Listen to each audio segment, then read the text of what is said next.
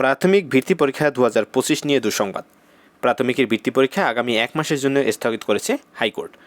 বিচারপতি ফাহমিদা কাদের ও বিচারপতি আসিফ হাসানের সমন্বয়ে গঠিত হাইকোর্ট বেঞ্চ এই স্থগিতাদেশ দেন। বুধবার আইনজীবী অ্যাডভোকেট নিয়াজ মোর্শেদ আদেশের বিষয়টি সাংবাদিকদের জানান।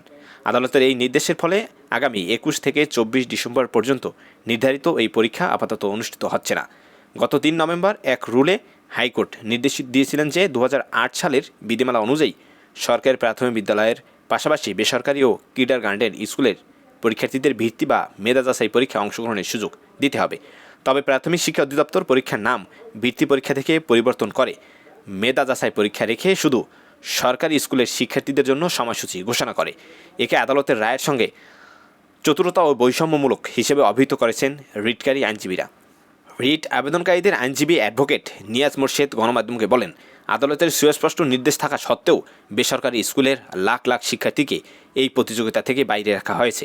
এটি আইনের পরিপন্থী।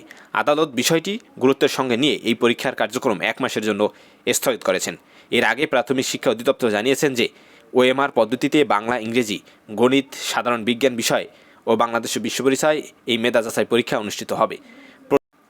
প্রতি পরীক্ষার্থীর জন্য 100 টাকা ফিও নির্ধারণ করা হয়েছিল।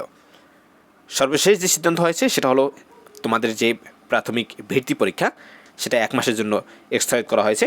পরবর্তীতে কখন কিভাবে অনুষ্ঠিত হবে এবং নতুন সময়সূচি অনুযায়ী অনুষ্ঠিত হবে কি হবে না এই সকল বিষয় আপডেট আমাদের ইউটিউব চ্যানেলে তোমরা পেয়ে যাবে।